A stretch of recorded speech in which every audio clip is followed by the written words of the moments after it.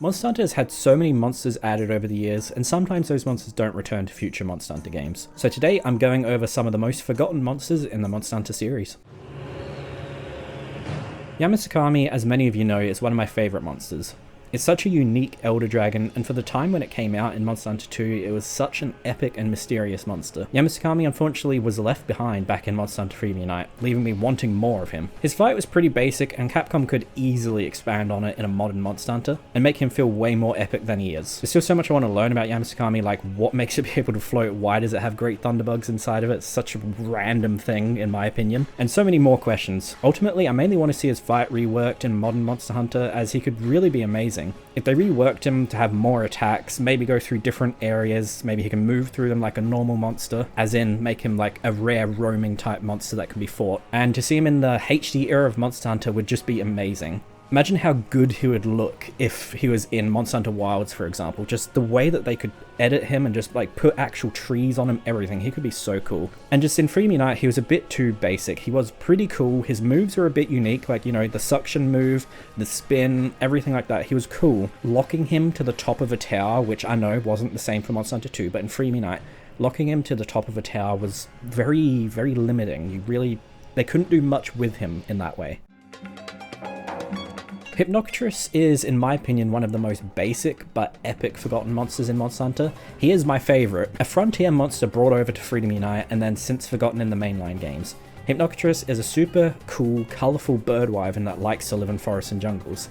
In Frontier, Hypnocris has multiple forms, but in the mainline series we've just got normal Hypnocris and nothing else. But I'm not complaining, as Hypnocris is one of my favourite monsters in the series, if not my favourite. She can be annoying at times as she hops around while kicking and also does sleep, which is a pain in the butt, especially when she kicks you and puts you to sleep at the same time. And even though Hypnocris is just a bird wyvern, we've already had so many of them, she is more unique than just a basic bird or dragon type monster, and I really hope we can see her one day in a future Monster Hunter. If Yankoku's glow up in Monster Hunter Wilds is anything to go off by, Hypnocris would not only visually look beautiful and amazing, but the fight itself would be a lot of fun, and I feel like Capcom could really do a lot with Hypnocris and make it more annoying, more cool, more unique, etc. King Shikalaku is one of those monsters that is so forgotten, I honestly wouldn't be surprised if half of you guys watching this video haven't even heard of him. And as far as I'm aware, he's the only large monster linean. He technically appears in Monster Hunter 2, but he's only added as his own separate slayable quest in Monster Hunter Freedom Unite, and from then he was left behind and never added to a future Monster Hunter game. In Monster Hunter Freedom Unite, he lives in forests with other normal Shikalakas, and I think he's just so cool. He's the king of Shikalakas. I really love his uniqueness. He's first of all a large monster linean, which in itself is amazingly cool because we don't have any others and I'd really love some more. But not only that, but he has a lit barbecue spit on his head, and he uses a large piece of meat as his weapon. What isn't cool about that? His moveset is relatively basic but cool. He usually swings around the meat club as an attack, but will also shoot out fireballs from the barbecue spit on his head. And when he dies, he goes into the ground with his barbecue head sticking out, which is quite funny. It's just like, you know, it's like you're trying to roast some meat, but it's actually a monster's head. And he isn't particularly hard, but he does do decent damage, and he is a really cool monster. And the fact that he's the only large linean makes him super, super unique, as all other lineans are all small monsters like Shikalakas, felines, Gadulakas, and Woodwards. Vespoid Queen is the very, very first large monster Neopteran in the series.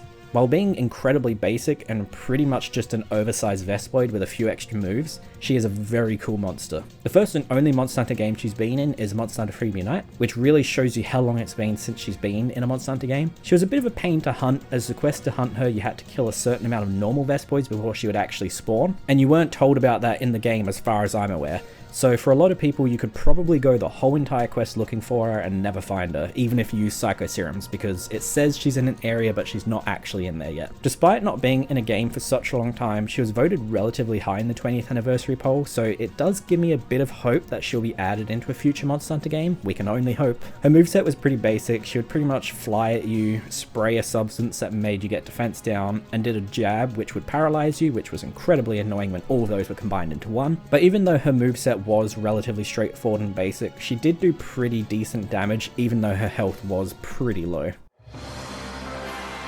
Shen Garen is an absolutely massive Tauren Carapaceon crab that wears a Laoshan long skull on its back, which is incredibly cool in itself. He was first added to the mainline games in Monster Hunter 2 and then later into Monster Hunter Free Me Night, and just like most of the others, that is where he was left behind. Forgotten, but I miss him. He may only be a massive walking crab that is a siege monster, but for me, especially in the earlier games like Monster Hunter Free Me Night, he was a really cool siege monster and super unique. He actually had proper mechanics to his fight, unlike Leo Shanlong, but with Shen Garen you actually had to hit his legs, like each leg, and it would go a light red, and then when you kept hitting that leg it would go bright red. Once you got all of them bright red, then you keep attacking until it goes back to normal, and when it goes back to normal he will fall all the way down. Even if he's standing well above, he'll fall all the way down to the ground and it will give you a good 10-15 plus seconds to do good damage onto his head. In the whole Monster Hunter series there isn't any large crab monsters besides Shen Garen.